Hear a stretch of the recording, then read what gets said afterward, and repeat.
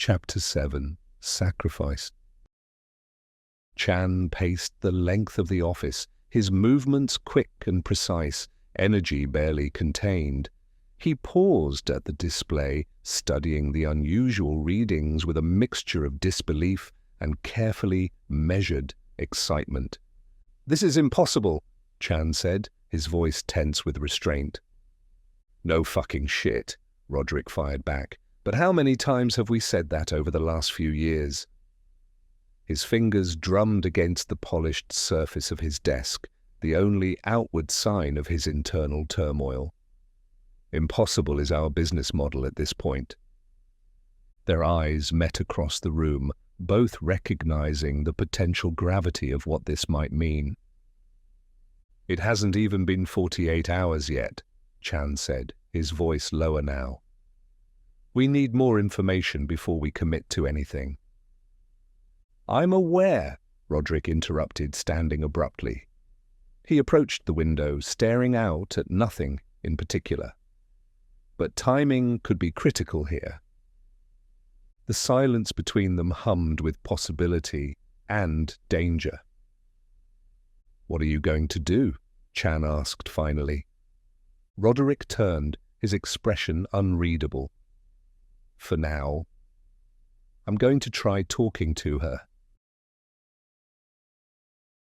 Silence stretched between Arya and Caitlin as they walked away from Miguel's dwelling, the weight of his cheerful testimony settling upon them like a shroud.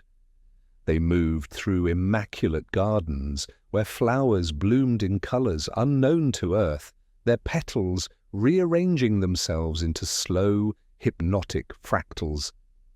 Paths of smooth white stone, untouched by fallen leaves or errant dust, wound between trees whose foliage shimmered with an internal light, perpetually perfect, eternally unchanging.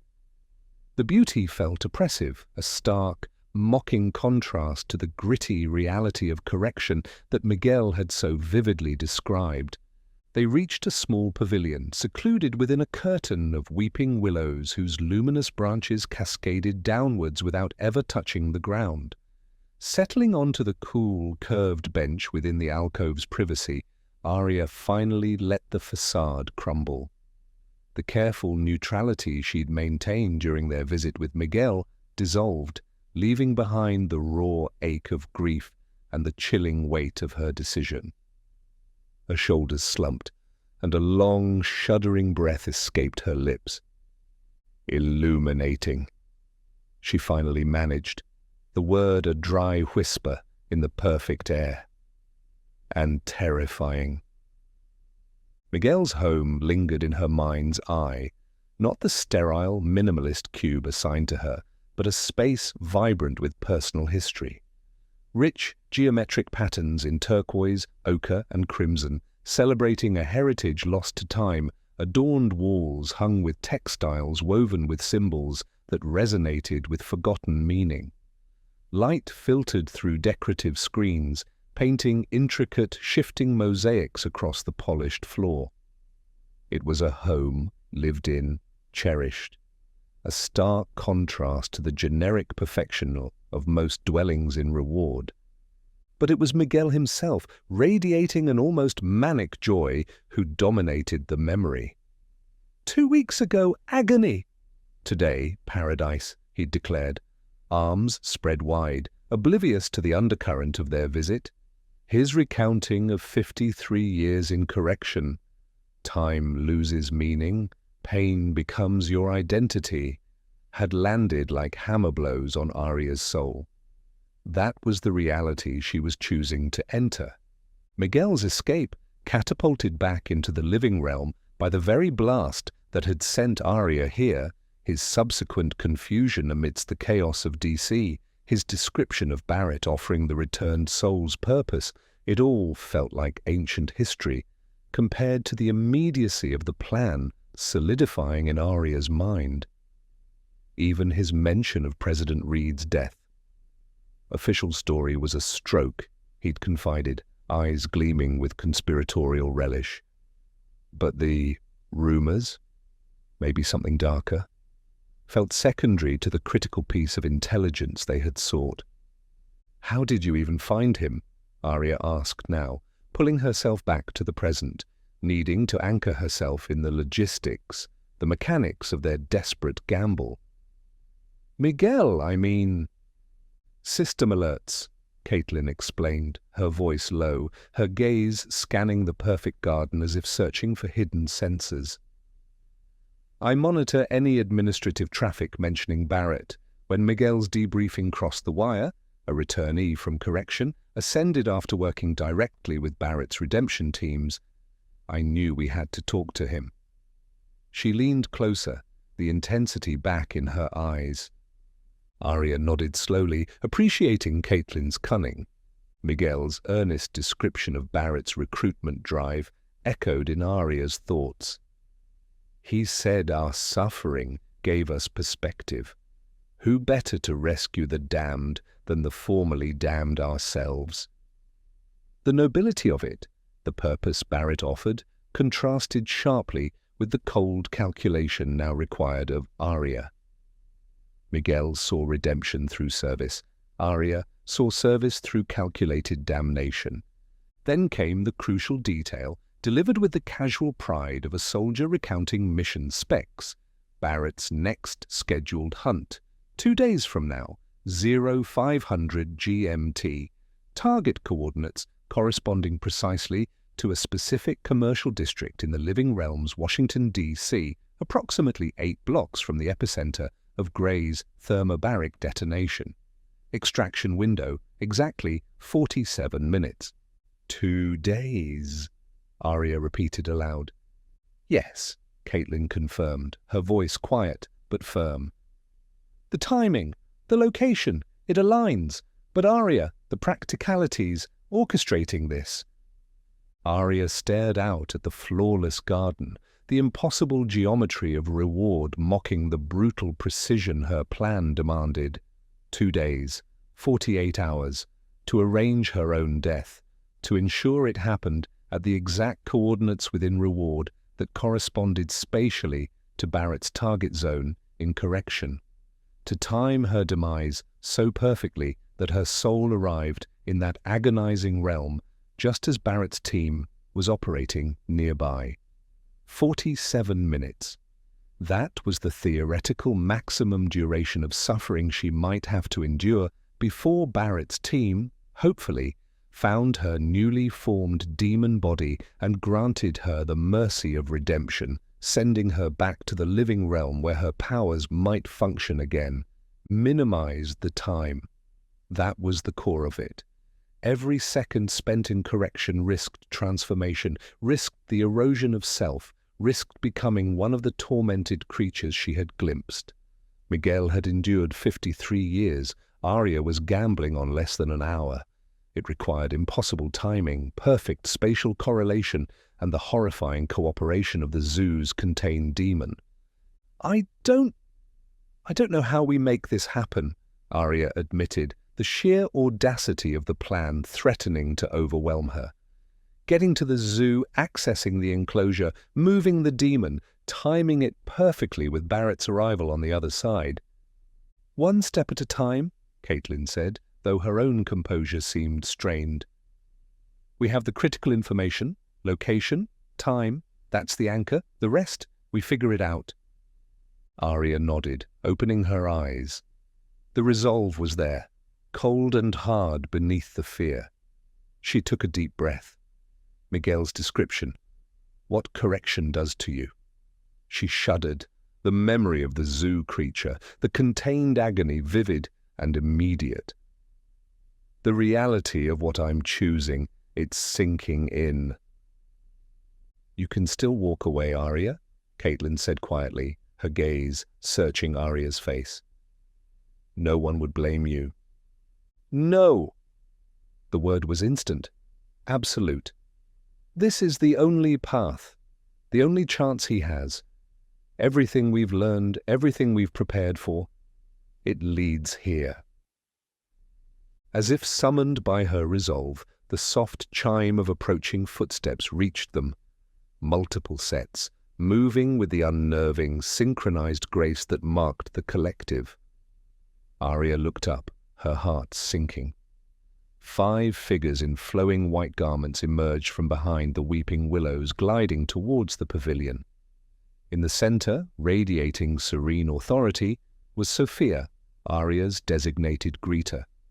Her kind smile, the one that had initially offered comfort, now seemed predatory. Caitlyn's hand clamped onto Arya's arm, her fingers digging in, a silent, urgent warning.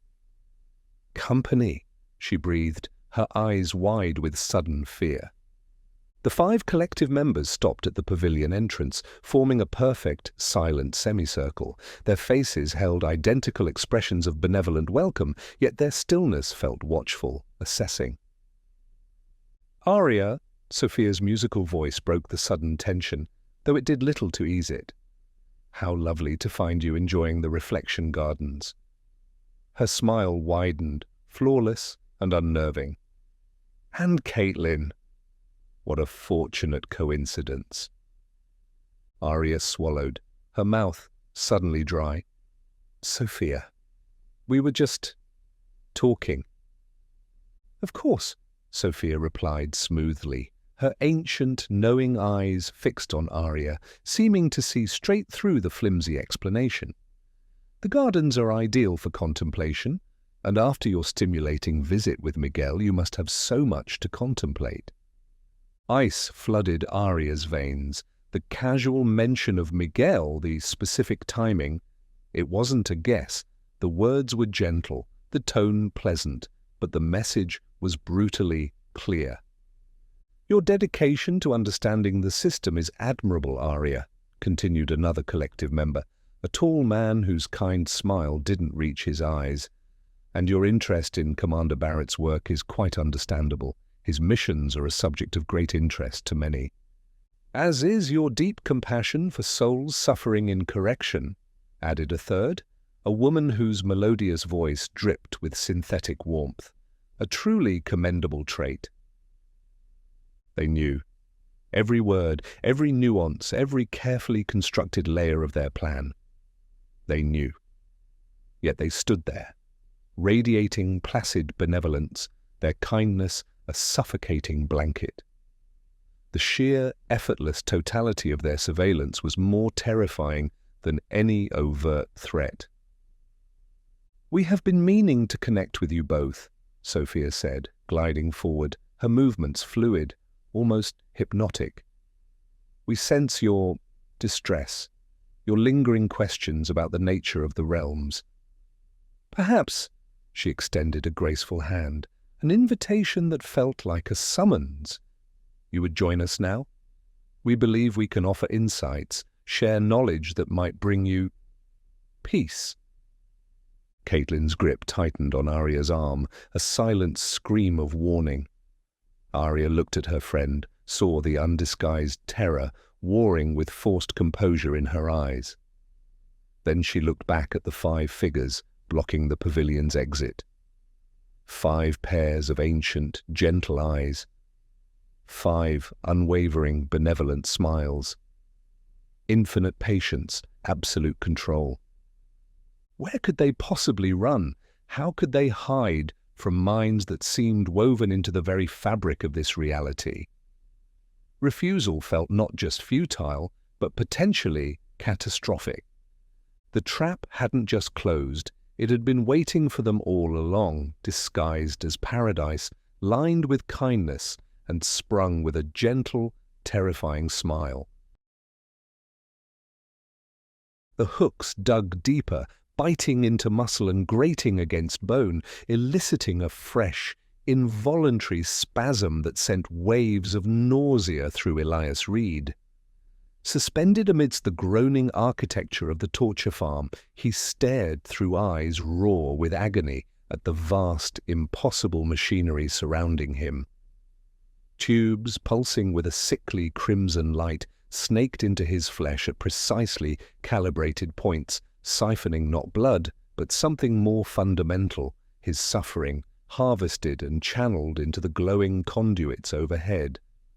Below, the landscape stretched into a hazy, blood-red distance, an industrial nightmare populated by countless souls enduring similar, meticulously engineered torments. 2 weeks.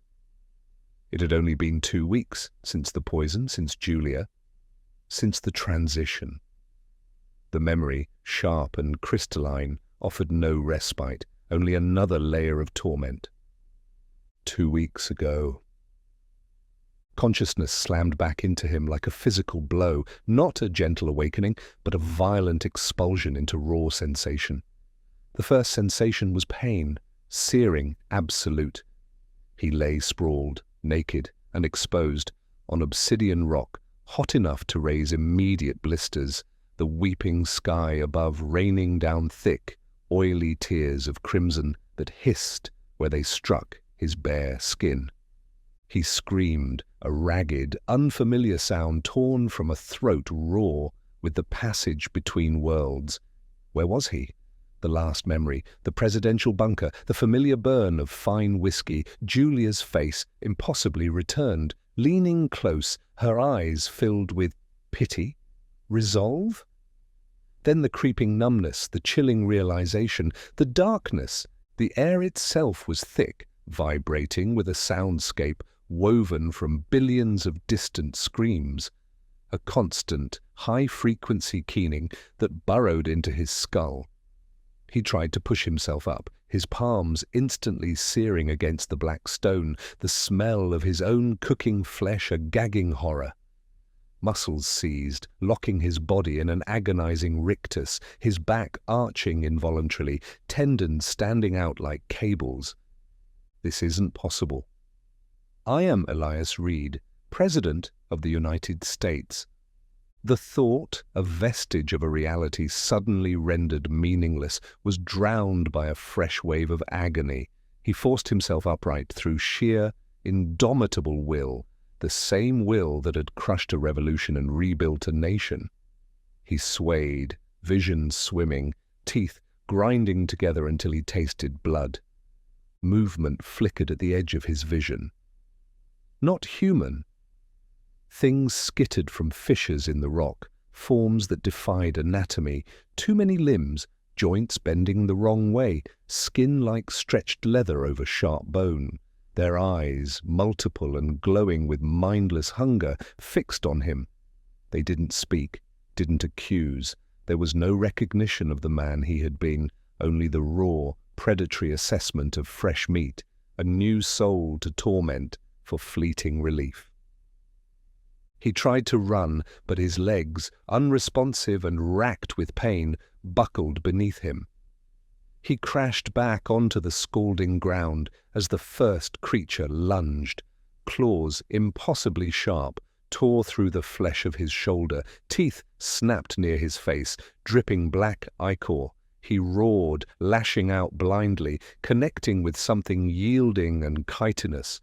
More swarmed over him, a tide of mindless agony seeking only to inflict. Pain became his universe, rending, tearing, biting.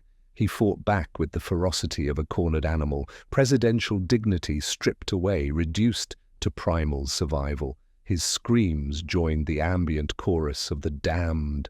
He died. He felt the life drain out, the brief, almost shocking cessation of pain. Then, instantaneous resurrection beside his own mutilated corpse, the agony returning tenfold as his body reformed, whole again, ready for the cycle to begin anew.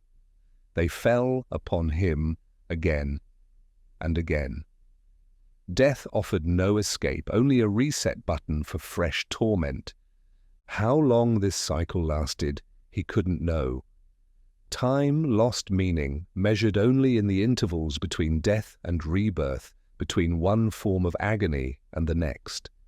He learned quickly that resistance only prolonged the suffering, yet the instinct to fight, the core of the man who had dominated a nation, refused to yield easily. Then abruptly, the assault ceased.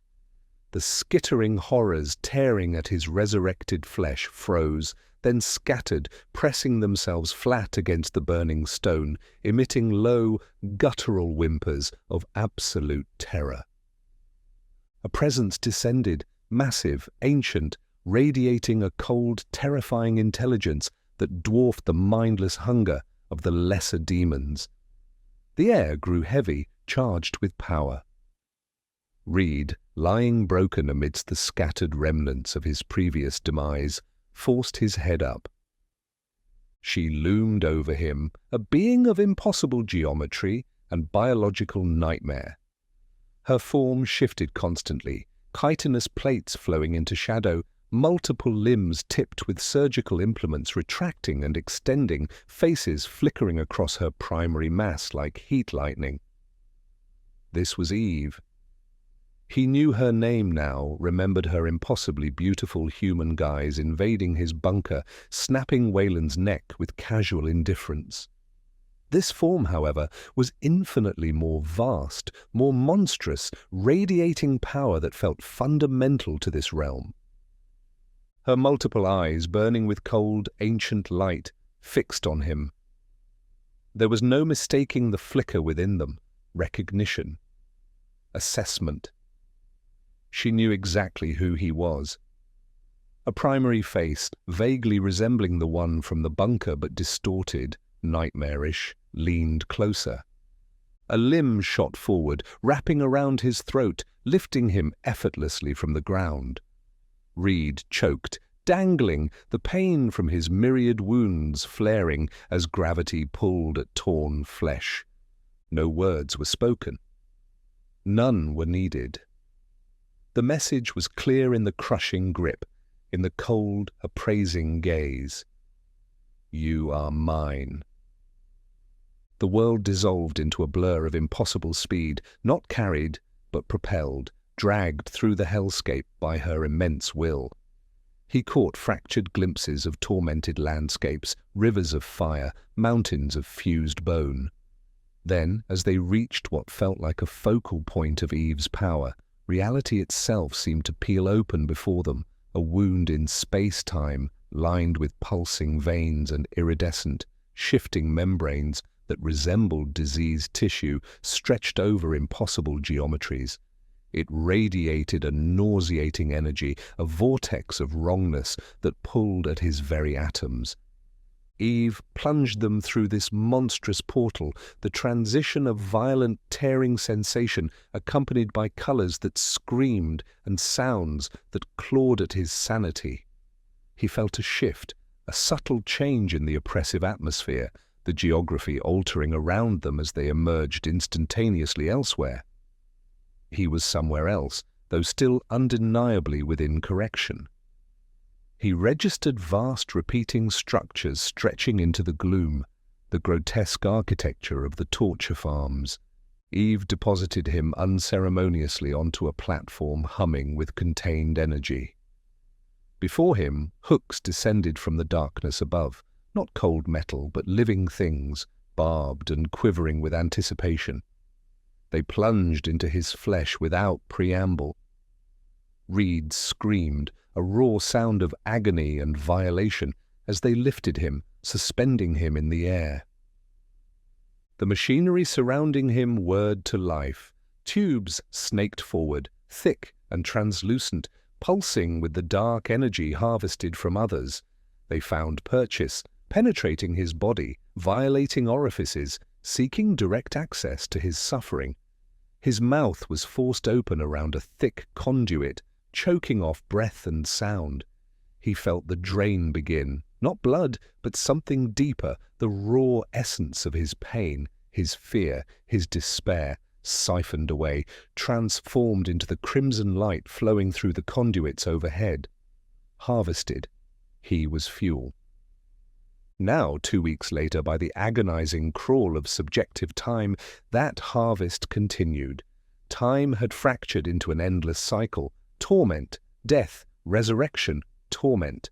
The machinery was relentless, clinical. Workers, demons who had once been human, moved with practiced efficiency, applying instruments designed to maximize output, to keep the consciousness tethered just shy of oblivion. His body, already beginning the transformation, mottled and hardened in patches, fought against the intrusions, then died, then resurrected to endure it all again. In the brief, gasping moments of clarity between cycles, staring into the dead eyes of his previous self before it was tossed into a disposal rift, his thoughts inevitably returned to Julia. The betrayal, her face as he died, her promise to bring him back. Had she known? Had she intended this specific, industrialized degradation? The question was a poison sharper than the one she'd administered, a constant thrum beneath the physical agony. His lips, cracked and raw, would form her name, a silent curse, a mantra of love twisted into hate. But something else was happening, deep within the crucible. The Elias Reed who had ruled a nation, the man of control and calculation, was being systematically burned away. Each scream, each involuntary spasm, each moment of abject terror stripped away another layer of the carefully constructed persona. What remained was raw, vulnerable, terrified. And somewhere in that terrified core, as the hooks bit deeper and the tubes drew his suffering into the machine, a horrifying thought began to bloom, unwelcome but undeniable. Julia's final words echoed, not as betrayal, but as prophecy. This was, in some terrible, incomprehensible way, justice. Arya approached the inner containment field, her footsteps echoing with stark clarity in the suddenly silent chamber. The creature within, a maelstrom of tormented flesh, tracked her movement with its multitude of unblinking eyes. Its body, a grotesque canvas of shifting anatomy, rippled with unnatural patterns as it pressed against the shimmering barrier separating them. Behind her, the secondary containment field hummed, a faint, almost subliminal vibration in the sterile air. This sophisticated energy barrier, a testament to the collective's technological mastery, was their ultimate safeguard. Even if the demon, in its frenzy, managed to kill her, it would remain isolated, unable to threaten Caitlin or the other observers of this desperate, unprecedented gambit. The collective, for all their serene detachment, had spared no precaution in staging this horrifying experiment. Caitlin stood just beyond the secondary field, her face a mask of carefully controlled anguish, the conflict in her eyes a silent testament to the impossible choice Arya was making. Around her, several members of the collective had gathered, their expressions identically solemn, their postures unnaturally still, like statues carved from light and ancient patience. They had come to witness what no resident had willingly chosen in the recorded history of reward, a deliberate, calculated descent into the abyss of correction. Arya's finger hovered over the deactivation switch.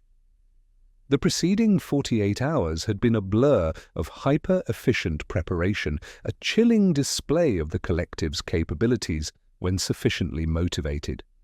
Reluctantly, after processing countless simulations and probability calculations that likely painted grim odds, they had agreed to assist. Their reasons, Arya had come to understand, were a complex blend of scientific desperation and systemic self-interest. For 100 millennia, the flow of refined consciousnesses from correction, the very fuel for reward's perpetual advancement, had been choked to a mere trickle by Eve's dominion. Arya's arrival, a redeemer manifesting directly in reward, was an anomaly of such profound significance that it had shaken them from their eons of placid observation. She was a key, a catalyst, a wild card that might just reboot a corrupted system. Her insane plan to be killed by a correction entity at a precise spatio-temporal coordinate to facilitate a targeted re-entry into the living realm was, to them, an invaluable experiment. Thus, teams of specialists, their movements seamless and silent, had transported the contained demon through a series of quantum tunnels, positioning it with chilling precision. Others had modified the containment fields, ensuring the delicate sequence of controlled deactivation. A cold dread settling in her bones. She would suffer. There was no softening that truth. She would experience torments designed to shatter the spirit, to reshape it into something monstrous. The unspoken fear, the one she ruthlessly suppressed, was the what if. What if Barrett's team missed her? What if the 47-minute window slammed shut before they found her? How long before the girl named Aria Mitchell was consumed entirely, lost to the corruption, becoming just another screaming shadow in the abyss? Caitlin pressed her palm flat against the shimmering secondary field, her eyes glistening with unshed tears, a raw vulnerability cracking the serene facade of reward. "Tell him." The words caught, thick with emotion held captive for ages, a love that had defied death and spanned eons. "Tell Barrett I love him, that I never stopped." Aria met her gaze, accepting the precious, painful charge with a nod. "I'm ready," she said, and the words, though quiet, resonated with the terrible finality of a death sentence, self-imposed. With a swift, decisive movement, she pressed her palm against the control panel. The inner containment field shimmered, then dissolved with a sound like distant thunder rolling through a summer sky. The demon froze, its constantly shifting form momentarily still, disbelieving perhaps of the opportunity so suddenly presented. Aria stepped forward, crossing the almost invisible line that had marked the inner barrier, deliberately moving from the illusion of safety into the certainty of death. She extended her arms wide, exposing her throat, her body a fragile offering. No resistance, no fight, a sacrifice laid upon the altar of impossible hope. The creature's multiple eyes widened, a terrible, gleeful intelligence flickering within their depths. Recognition dawned, not of Aria as an individual, but of what she represented. A cessation, however brief, of its own endless torment. Outside the containment area, Caitlin pressed her forehead against the outer barrier, her body rigid, a silent scream trapped in her throat. The collective members behind her remained eerily calm, their expressions betraying nothing of the complex calculations undoubtedly racing through their shared consciousness. The demon leapt, a blur of corrupted flesh crossing the space between them faster than human reflexes could register. Aria had no time to brace, no instant to reconsider. Multiple limbs, a horrific fusion of claw and tentacle, wrapped around her with crushing force, puncturing fabric and flesh with liquid ease. Pain exploded through her consciousness, white-hot, all-consuming, a supernova of agony that dwarfed anything she had ever imagined. The creature's face, a nightmare collage of features that shifted between the almost human and the utterly alien, pressed close to hers. Through the blinding haze of agony, Aria thought she saw a flicker of something akin to gratitude in its myriad eyes, a horrifying moment of connection before its jaws distended impossibly and closed around her throat. The pressure was instantaneous, absolute. Aria felt her trachea collapse, her carotid arteries rupture under the precise, brutal force. Blood, shockingly red against the sterile white floor, sprayed against the secondary barrier, momentarily obscuring the faces of the observers. The demon's limbs moved with terrible, obscene purpose, systematically destroying Aria's mortal form, as if following a precise, ancient script of torture. Through dimming, fractured vision, Aria saw Caitlin slide to her knees, shoulders shaking with silent, racking sobs. Beyond her, the collective members remained perfectly still, witnessing her sacrifice with the detached interest of beings to whom death was merely a transition between states, a data point in an eternal experiment. Only Sophia, her usually serene face, etched with an unfamiliar pain, showed a flicker of overt emotion, a single tear tracing a path down her perfect cheek, perhaps the first she had shed in centuries. As her life force ebbed away, as the last vestiges of her physical form were rent and torn, Arya clung to two thoughts, two promises clutched like talismans against the encroaching void. Find Samuel. Tell Barrett that Catelyn loves him. She held these intentions close, a final act of will, as the darkness claimed her completely. Her awareness fragmented, shattering into disconnected shards of sensation and memory.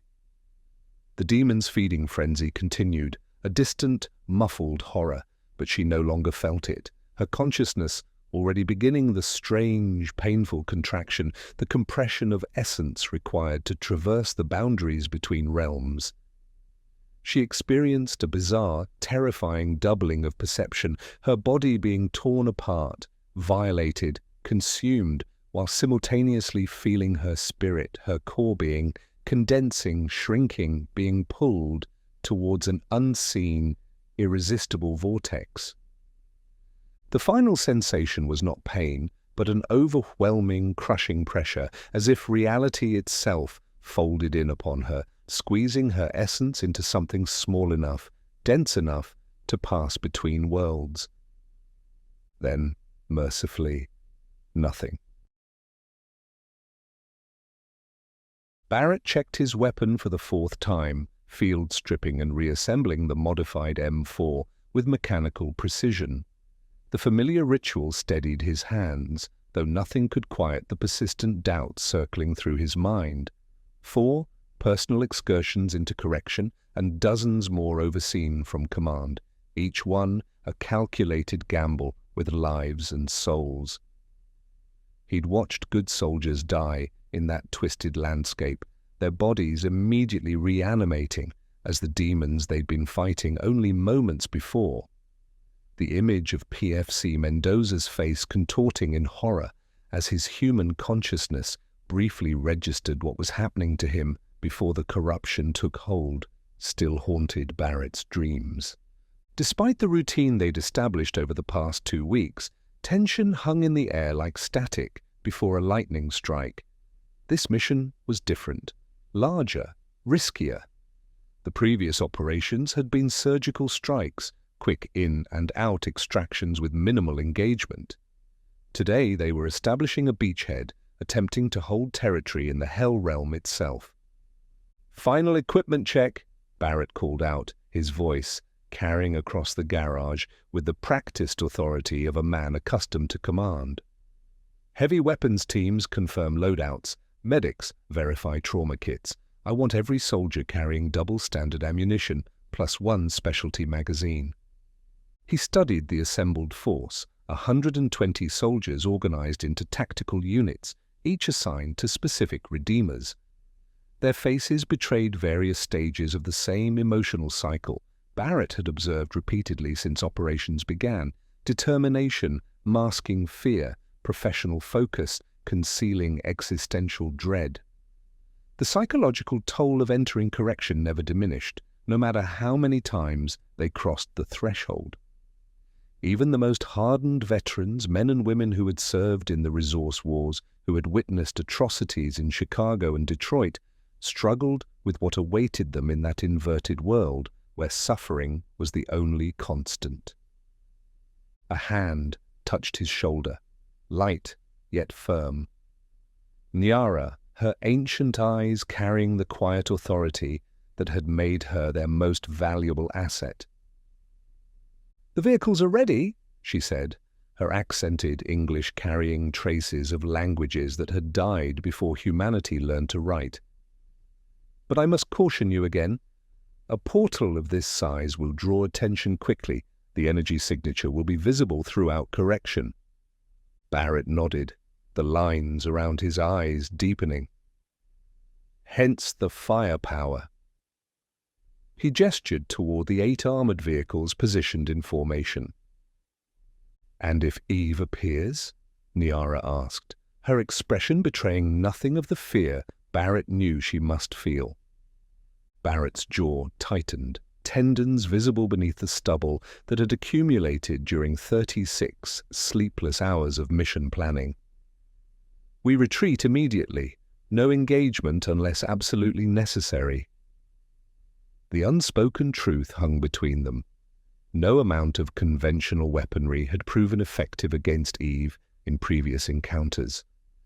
The pattern of redemption operations had become hauntingly familiar to Barrett. Kill a demon in correction, knowing the human would materialize back in the living realm where medical teams waited.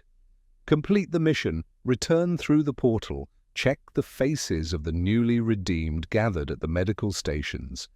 Confirm none of them was Caitlin. Move on. Every rescue brought momentary satisfaction, another soul, freed from torment, but the hollow ache in his chest remained constant, a void that expanded with each mission that failed to recover his wife. And his daughter. Barrett forced the thought away, focusing instead on the mission parameters displayed on the ruggedized tablet in his hand. Multiple redemption operations had confirmed what he'd begun to suspect from the first. There were no children in correction. Not a single demon, when killed, had reverted to a child's form.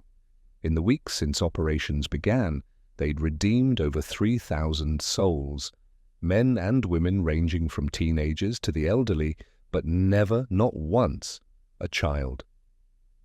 Dr. Gray's theory, shared during a late-night strategy session over military-grade coffee and scattered reports, suggested a built-in protection for innocence. Children's souls might bypass the judgment system entirely, the scientist had speculated, his clinical detachment failing to mask the hope in his eyes. Direct admission to the reward realm would explain their absence from our redemption data. Barrett wanted desperately to believe that.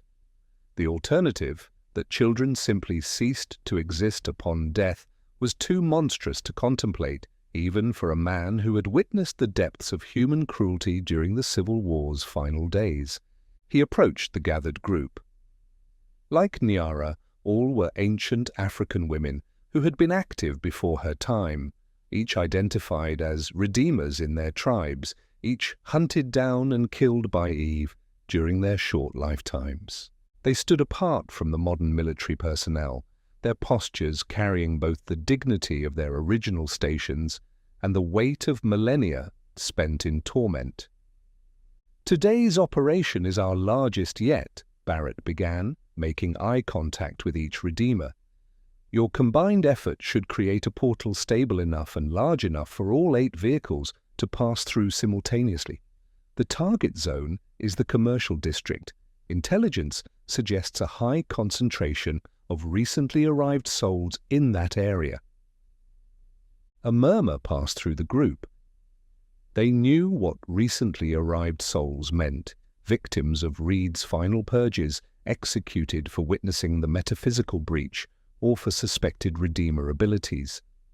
The Redeemers nodded, their ancient eyes carrying the weight of experience that transcended Barrett's military training.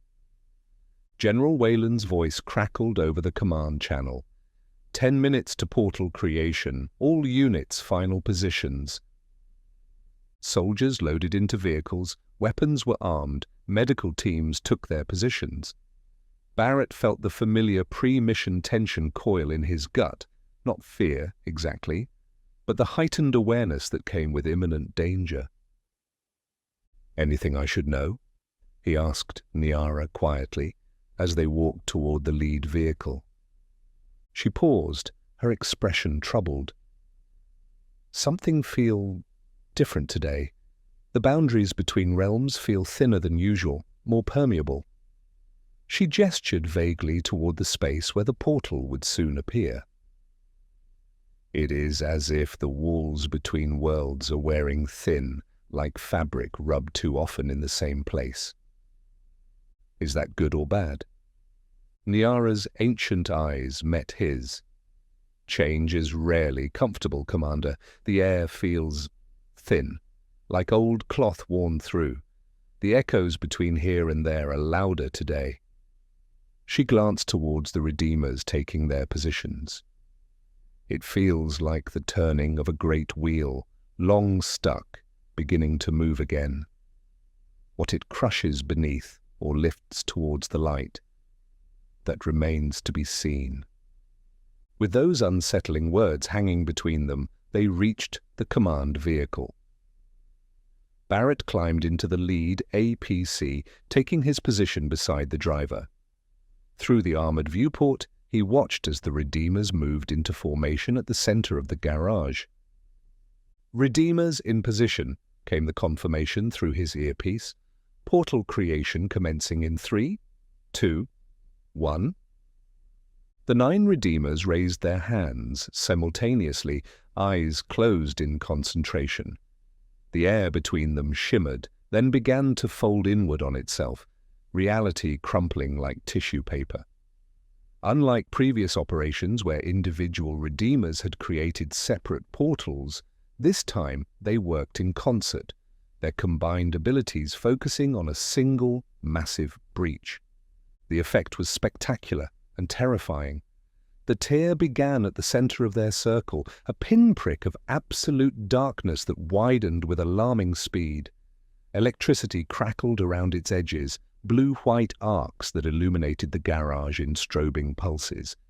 The portal expanded outward until it filled the entire 30-foot circle, its interior revealing the nightmarish landscape beyond, a twisted, corrupted version of the targeted commercial district where blood-red light leaked into a sickly yellow sky. Barrett keyed his command channel. "All units advance. Maintain formation. Weapons hot upon transition." The lead APC lurched forward, crossing the threshold between realms. Barrett braced himself for the transition, a nauseating sensation like falling in all directions simultaneously, every cell in his body screaming in momentary protest as it adjusted to corrections altered physics. No matter how many times he experienced it, the passage between worlds never became easier. It was as if the human body instinctively recognized it didn't belong in this inverted reality and fought against the translocation with every fiber of its being. The sickening lurch passed quickly, but the assault on his senses only intensified as they emerged fully into the hell realm. The air tasted like copper and ash, each breath carrying the faint undertone of putrefaction. Heat pressed against his skin, not the dry heat of flame, but the wet, feverish heat of infection. What had once been the commercial district stood before them, a Gothic nightmare of twisted architecture. Windows wept a substance that resembled blood, but moved with sentient purpose. The walls themselves seemed to breathe, expanding and contracting in slow, rhythmic pulses. Surrounding streets had buckled and split, revealing what might have been organs pulsing beneath the pavement. The vehicles formed a defensive circle, turrets swiveling to cover different sectors, soldiers taking covered positions and establishing firing lanes. For a moment, the operation proceeded with textbook precision. Then everything went to hell. The attack came from all directions simultaneously, a wave of twisted forms pouring from shattered windows, erupting from the cracked pavement. Hundreds of demons, their bodies writhing with unnatural motion, converged on the human force. "Contact!" Barrett shouted into his comm. "All sectors, return fire!" The sound of gunfire erupted in a deafening cacophony. Heavy machine guns chattered from the vehicle turrets, spitting streams of specialized ammunition that tore through demonized flesh. The creatures shrieked, their transformed bodies twisted and jerked as they advanced, mouths opening to reveal too many teeth arranged in concentric circles. Barrett jumped from the command vehicle, rifle raised, joining the defensive line. The nearest demon fell as Barrett's rounds punched through what might have been a head. The soldiers responded with disciplined volleys, cutting down demons with methodical precision. Yet for every creature that fell, 3 more seemed to take its place. They swarmed forward in a writhing mass, some crawling on too many limbs, others almost seeming to float just above the ground, all driven by the desperate need to inflict suffering and thereby gain momentary relief from their own. Barrett had just inserted a fresh magazine when he saw it, a flicker of movement at the edge of his vision, separate from the main attack. He turned, rifle tracking the motion automatically. His blood froze in his veins. 50 meters away, half hidden behind a twisted lamppost that leaked something like molten glass, stood a figure that made his heart stutter. Though transformed by correction's corrupting influence, certain features remained recognizable, the set of the shoulders, the way the head tilted slightly when observing, the basic proportions preserved beneath the horror. "Aria," he whispered, the name a question he couldn't believe he was asking. The demon that had once been Aria Mitchell spotted him at the same moment. Recognition flashed across features that twitched and shifted in constant, painful motion. Her skin rippled with patterns like burn scars that formed and healed and reformed in endless cycles. Her limbs had elongated, joints swollen and bent at unnatural angles. But her eyes, God, her eyes remained horribly human, filled with the dual agonies of physical torment and the more profound suffering of retained awareness. She began moving toward him, her gait a pained shuffle that occasionally broke into a desperate lurch. Her mouth opened and closed, trying to form words through vocal mechanisms no longer designed for human speech. "Kill me!" The ragged sound barely carried over the gunfire, but Barrett recognized it immediately. "Kill me! Kill me!" The words hammered against his consciousness as he stood frozen, weapon half raised. "Barrett!" Niara's voice cut through his shock. "Second wave approaching from the east!" He turned slightly, registering the fresh horde of demons pouring from the direction of the National Mall. His tactical mind reasserted itself, calculating angles, estimating numbers, assessing threats. When he looked back, Aria had advanced to within 30 meters, her transformed body moving with increasing urgency. "Kill me!" The scream tore from her throat, loud enough now to be heard by nearby soldiers, several of whom turned in confusion, weapons tracking toward this new, potential threat. Barrett raised his rifle, sighting on Aria's head. His finger tensed on the trigger, ready to grant the mercy she begged for, to end her suffering, to send her soul back to the living realm. He never had the chance to fire. A blur of impossible speed erupted from the swirling chaos near the corrupted district's edge. Eve, moving faster than any demon, faster than Barrett could track, she covered the distance in heartbeats, running with a predatory grace that defied the physics of her immense, shifting form. She surged between Barrett and Aria just as his finger tightened, her massive bulk intercepting the path of the bullet that wasn't fired. A writhing mass of limbs and mouths and eyes, she towered over them, instantly dominating the battlefield. Her attention focused immediately on Aria, multiple limbs shooting out to seize the smaller demon. With cruel precision, Eve positioned Aria directly behind her own massive form, shielding the smaller demon from Barrett's line of fire, multiple appendages wrapped around the struggling form. One clawed hand pressed against Aria's throat, while another curved around from behind, forming a grotesque shield that made a clean shot Impossible. Arya's transformed body thrashed against Eve's grip, still screaming toward Barrett, "Kill me! Kill me!"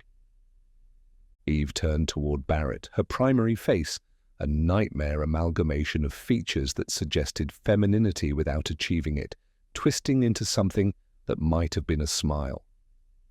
"Not so fast," she said, her voice emanating from multiple throats simultaneously, creating harmonics that sent pain shooting through Barrett's skull.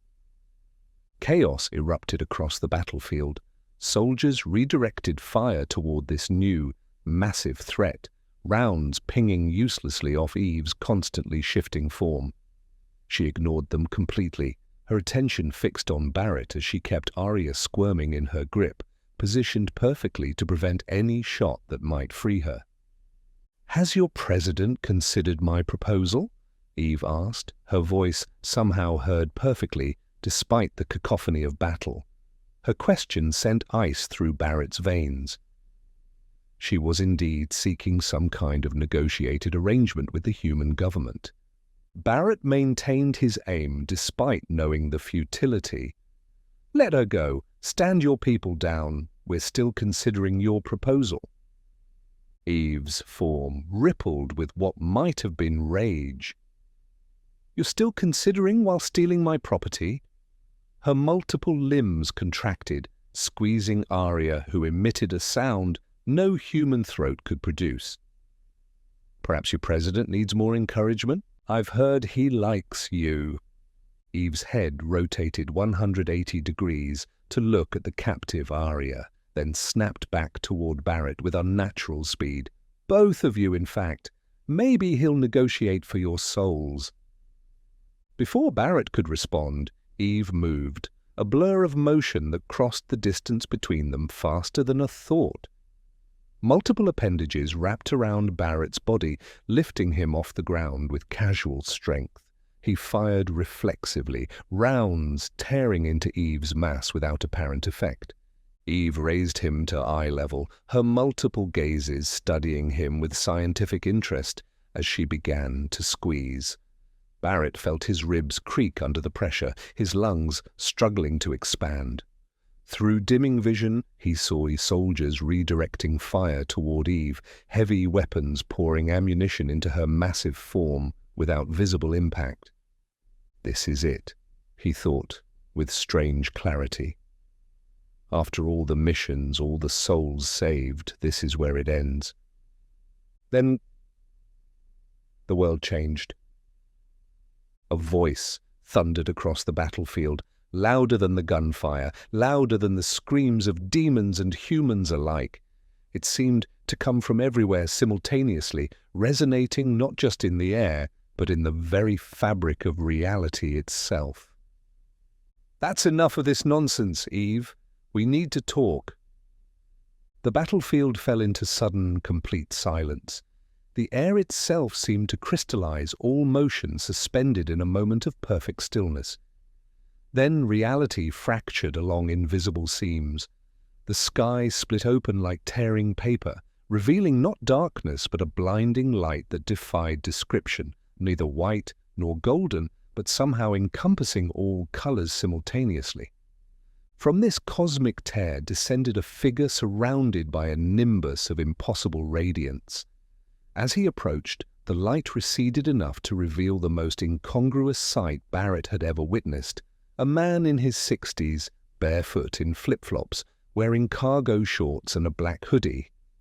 Small, round, black-framed glasses perched on his nose. He looked like a retired tech executive on vacation, completely out of place in this realm of suffering. Yet the casual appearance belied the raw power that emanated from him. The very ground beneath his feet transformed as he walked, corrupted flesh and bone, reverting briefly to clean earth before returning to its hellish state after he passed.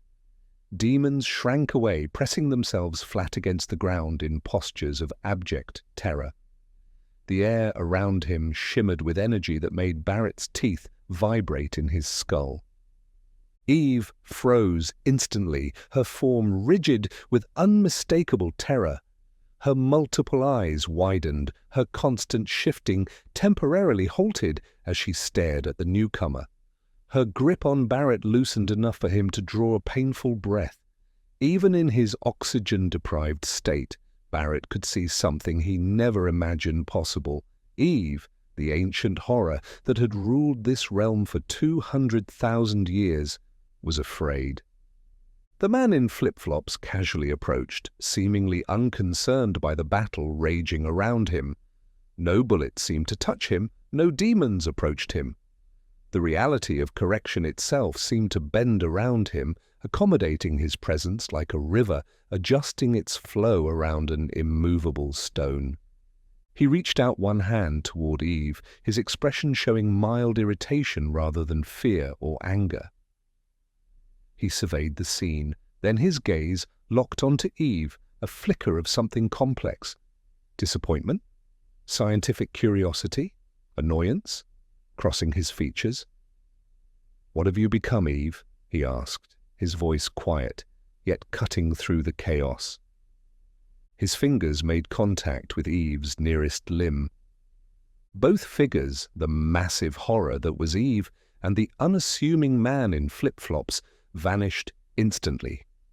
Not fading or dissolving, but simply ceasing to exist between one heartbeat and the next, as though they had never been there at all. A vacuum of air rushed to fill the space they had occupied, creating a thunderclap that knocked several nearby soldiers off their feet. Barrett crashed to the ground, suddenly released from Eve's grip. He landed hard, pain shooting through his already abused ribs, gasping as oxygen flooded back into his lungs. Across from him, Arya collapsed as well, no longer held in Eve's grasp. Their eyes met across the battlefield, Barrett's wide with shock, Arya's filled with desperate, renewed pleading. "Kill me," she gasped, the words clearer now without Eve's presence. "Kill me, kill me, kill me." Barrett didn't hesitate. Drawing his sidearm, he aimed and fired in one fluid motion. The round struck Arya between the eyes, a clean shot that ended her suffering instantly. Her twisted form collapsed, lifeless on the ground before Barrett. "Fall back!" Barrett shouted into his comm, rising to his feet despite the pain lancing through his chest. "All units retreat to the portal, now!" The order cut through the shocked silence that had momentarily fallen over the battlefield. Soldiers began an organized withdrawal, heavy weapons providing covering fire as they retreated toward the still-open portal 30 meters away. The remaining demons, momentarily disoriented by Eve's sudden disappearance, soon regrouped and surged after the retreating humans. Barrett kept to the rear of the formation, providing covering fire as his troops fell back toward the glowing breach that connected them to safety. "Last squad through," he ordered, as the final armored vehicle passed through the portal.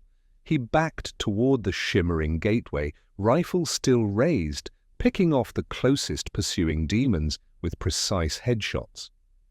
As Barrett approached the portal threshold, he saw a massive form hurtling toward them from the shadowed ruins of the commercial district, a demon larger than the others, with too many legs and what appeared to be multiple torsos fused together in horrific combination. It moved with surprising speed for its bulk, covering ground in great bounding leaps that sent shockwaves through the corrupted earth. "Close it! Close it now!" Barrett shouted into his comm as he stepped backward through the portal, still facing the oncoming threat. On the other side, the Redeemers began the closing sequence, their combined power drawing the edges of the portal inward. Barrett felt the familiar nausea of transition as he passed back into the living realm, his senses reeling from the sudden absence of correction's oppressive atmosphere.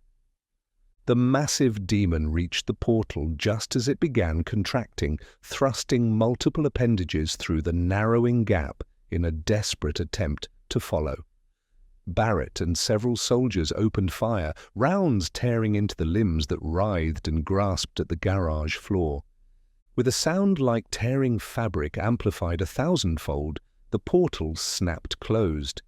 The demon's protruding limbs, 3 tentacle-like appendages tipped with hooked claws, fell to the concrete floor, severed cleanly where they had intersected with the closing breach. They twitched violently for several seconds, dark ichor spilling across the floor, no soul to redeem, just discarded parts of a still-living entity trapped on the other side. The garage erupted in controlled chaos, medics rushing to treat wounded soldiers, technicians securing equipment, officers calling for status reports. Barrett shoved his way through the crowd, making a beeline for the medical stations where newly redeemed souls were being processed. He scanned the faces anxiously until he found her, Aria Mitchell, nude but fully healed and alive, weeping as a medic draped a thermal blanket around her shoulders. Like all returnees, her face was etched with the overwhelming relief of escaping the hell realm, the simple joy of feeling air in human lungs again. Barrett approached her, his face set with determination. "Aria, it's me. You're safe now." She looked up through her tears, recognition dawning through the haze of shock. "Barrett," she whispered, her voice hoarse. They embraced, her body still shaking with sobs that seemed to come from someplace deeper than physical pain could reach. "I've got you," he said, holding her gently. "You're back now." "Samuel," she managed through her tears. "Did you find Samuel?" Barrett's chest tightened. Her grandfather had been a priority in their search efforts. "I'm sorry, Aria. We haven't found him yet, but we won't give up, I promise." She nodded weakly, her eyes unfocused as a medical tech approached with a wheelchair. Barrett studied her face, the questions mounting in his mind as he tried to make sense of what had just transpired. "What just happened?" he demanded, his voice tight with confusion and residual adrenaline. "Who was that man?" Aria looked up through her tears, even in haze of shock. Understanding Barrett meant the man in the round black glasses who made Eve vanish with a single touch. "I don't know," she whispered, her voice hoarse. "He was definitely not part of the plan." She was still visibly trembling, struggling to process her sudden return to humanity. "Plan?" Barrett asked sharply, kneeling beside her. She stared at him, her eyes haunted, yet somehow transcendent. "You wouldn't believe me if I told you," she whispered. Barrett almost laughed, a short, humorless sound. "After all I've seen? Try me." Aria's eyes met his, suddenly clear and focused through her tears. "Caitlin wants you to know that she loves you," she said, her voice finding momentary strength. "That she never stopped loving you,